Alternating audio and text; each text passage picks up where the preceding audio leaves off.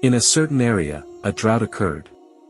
Not only humans but even birds and animals fell victim to this drought. Livestock owners were extremely troubled. During this time, a mosque's cleric, scholar, confidently stated in his Friday sermon that by taking Allah's name, i.e. reciting Bismillah, and commanding the river, even it would not disobey. Among the listeners was a shepherd.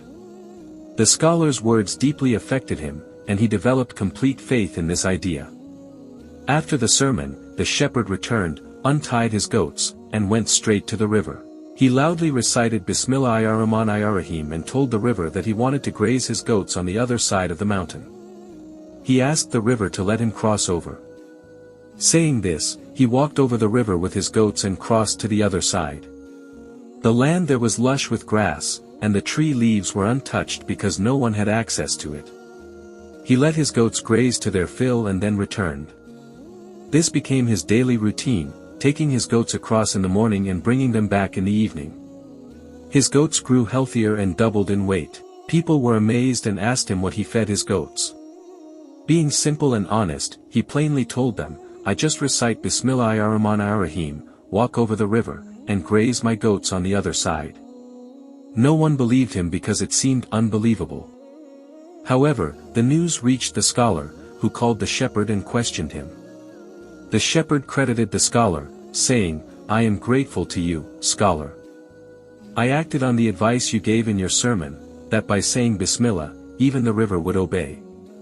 I simply followed your prescription." The scholar stared at him in shock and said, "Brother, we say such things in sermons only to strengthen people's faith, not to be taken literally."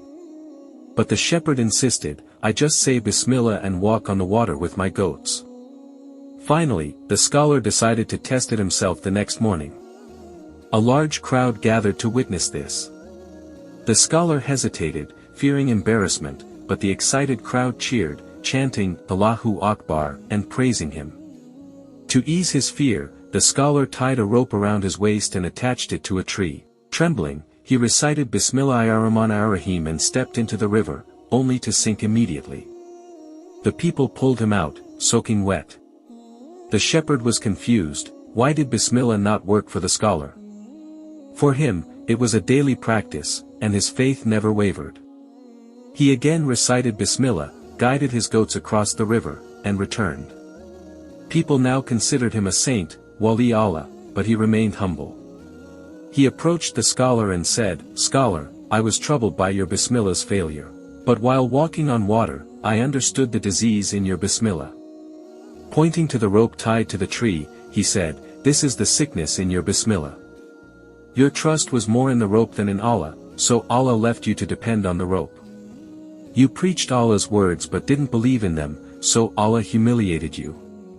Dear friends, this is also our condition. We pray and perform rituals, but our hearts remain empty. We do things fearfully, without true trust, tawakkul, in Allah. Allah has promised to provide sustenance, rizq, yet we exhaust ourselves chasing worldly means. He commanded us to worship Him, do good deeds, and strive, not to sit idle. But we prioritize work over prayer, though prayer will be the first question on Judgment Day. Today, mosques are empty except on Fridays and Eid, when they overflow. We must trust Allah completely, like the shepherd who crossed the river with Bismillah. If our faith is firm, we too can achieve the impossible. But if we rely on worldly safeguards, like the rope, our faith remains weak.